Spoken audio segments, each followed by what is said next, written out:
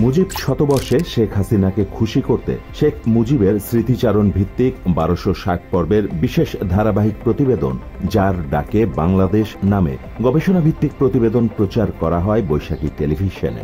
2020 সালের 1 মার্চ থেকে শুরু হওয়া ধারাবাহিক প্রতিবেদন 16 ডিসেম্বর পর্যন্ত চলতে থাকে, যা সরকারি টেলিভিশন বিটিভিকেও হার মানায়।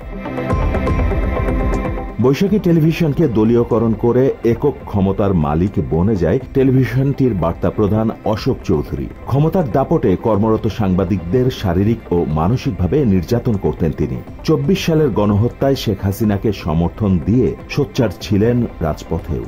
নাম প্রকাশে অনিচ্ছুক চাকরিচ্যুত একজন বাংলা এডিশনকে জানায়, বৈশাখী টেলিভিশনের প্রডিউসারের কক্ষে নামাজ আদায় করতেন কিছু সাংবাদিক। নামাজের স্থানে নগ্ন নারীর ছবি টাঙিয়ে রেখেছিলেন অশোক কুমার। এছাড়া টেলিভিশনের নিউজরুমে একজন সংবাদকর্মীকে প্রকাশ্যে কান ধরিয়ে দাঁড় করিয়ে রেখেছিলেন ওই বার্তা প্রধান।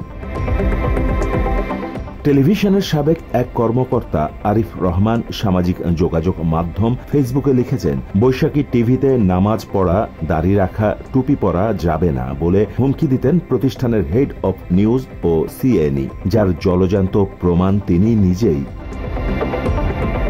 কর্মস্থলে সাংবাদিকদের শারীরিকভাবে অন্যায় অত্যাচার করে ক্ষমতা কুক্ষিগত করা অশোক চৌধুরী 24-এর গণহত্যা মামলায় আসামি হয়ে আত্মগোপনে থাকলেও তার ষড়যন্ত্র চক্রান্ত এখনও চলমান আছে বলে জানা যায়। এর আগে বৈশাখী টেলিভিশনের ওই বার্তা প্রধানের বিরুদ্ধে নারী সাংবাদিককে যৌন হয়রানির ও কুপ্রস্তাবে রাজি না হওয়ায় চাকরিচ্যুত করার অভিযোগে একটি কল রেকর্ড ফাঁস হয়। বৈশাখী টিভি হেড অফ নিউজ ওরা চাইছিল আমাকে, ওরা নিজেরা ইউজ করে তারপরে আমাকে সেল করবে। বৈশাখী টেলিভিশনের সংস্কারের দাবি সাবেক ও বর্তমান কর্মকর্তাদের। দাউদ ইব্রাহিম, বাংলা এডিশন।